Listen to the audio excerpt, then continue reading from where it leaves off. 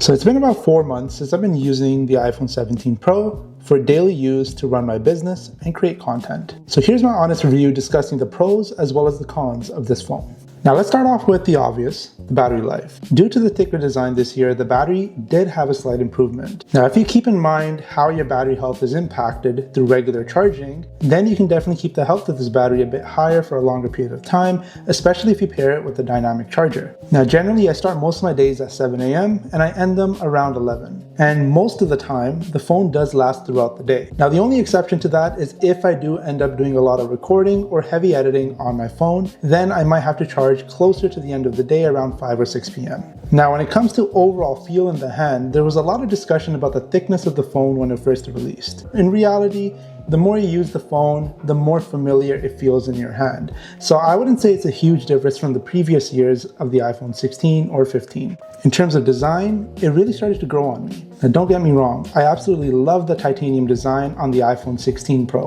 I felt that it was very clean, polished, and elegant. It felt like you really got what you were paying for. With this phone, it has a bit more of a professional design, but again, it's something that I enjoy using every day. Like I said, it looks extremely professional, especially if you end up buying the silver phone.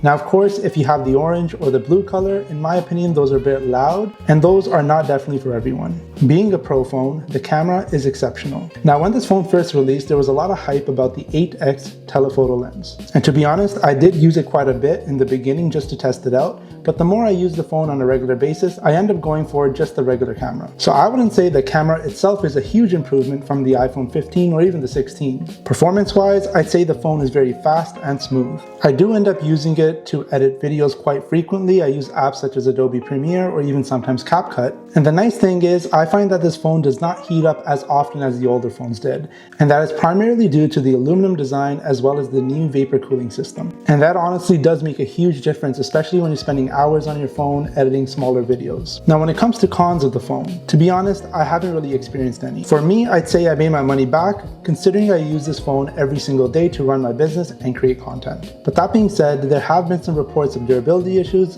because of the aluminum body. People tend to say that their phone scratches or dents more easily. Although there was a slight change in the design this year, I wouldn't say it was quite dramatic, but that's not necessarily a bad thing. Familiarity is always something people chase.